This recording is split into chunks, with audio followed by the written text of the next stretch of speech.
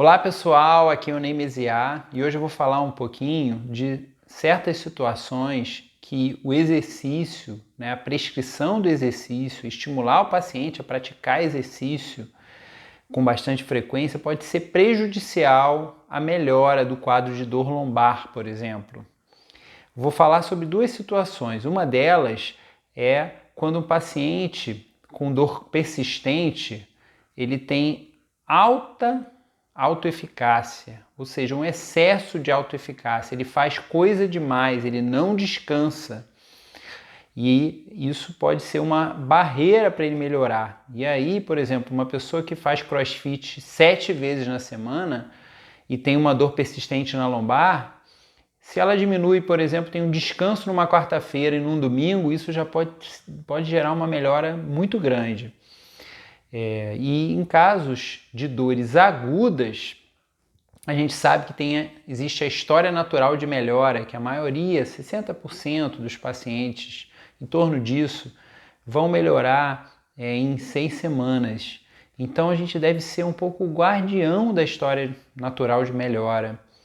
Quando a gente, num momento em que o paciente acabou de ter uma crise, ele chega no consultório, a gente prescreve muito exercício, mesmo que seja terapêutico, a gente precisa pensar, raciocinar, será que eu não estou interferindo na história natural? Será que talvez nesse momento inicial ele precise simplesmente se manter ativo?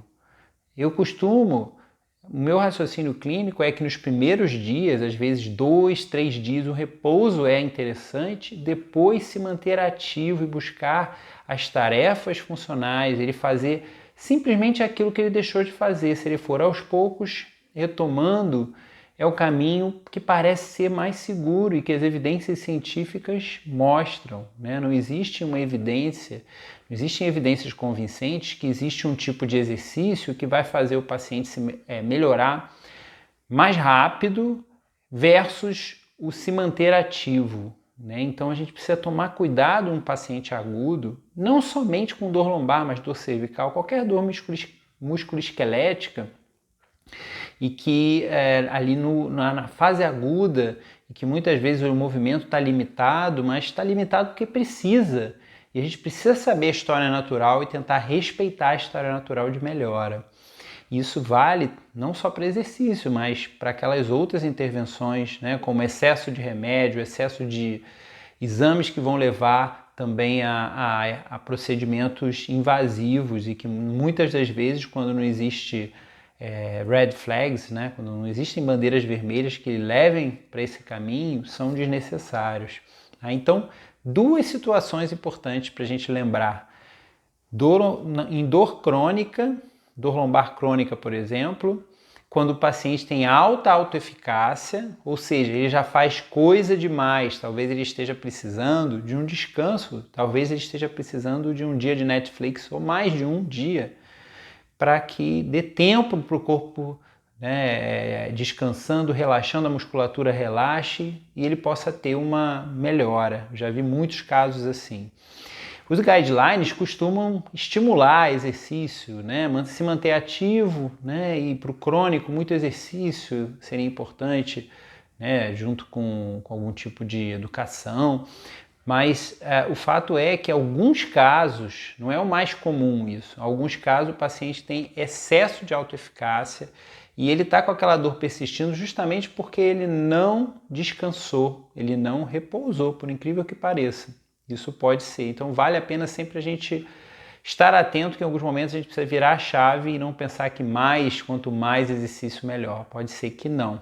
Tá? Então no caso do crônico e no caso do agudo, respeitar a história natural de melhora. Às vezes eu falo, se eu tivesse uma crise de dor lombar, eu queria ir para uma ilha deserta e ficar quieto lá, que talvez eu teria mais chance de ter uma melhora e não cronificar do que se eu estiver ouvindo as besteiras que a gente ouve por aí, sobre tem que fazer isso, fazer aquilo outro, e muitas vezes a história natural é o que mais vai atuar, e é só a gente deixar de fazer certas coisas, como por exemplo uma ressonância magnética precoce, sem sinais e sintomas de radiculopatia ou qualquer outra doença, né? Qualquer red flag de alguma outra doença que possa estar sendo responsável por aquele sintoma. Né? Então, vale esse raciocínio sobre nem sempre a gente vai, nem sempre o exercício vai ser o melhor tipo de intervenção para dor persistente ou dor aguda. Espero que tenha gostado. Até o próximo vídeo.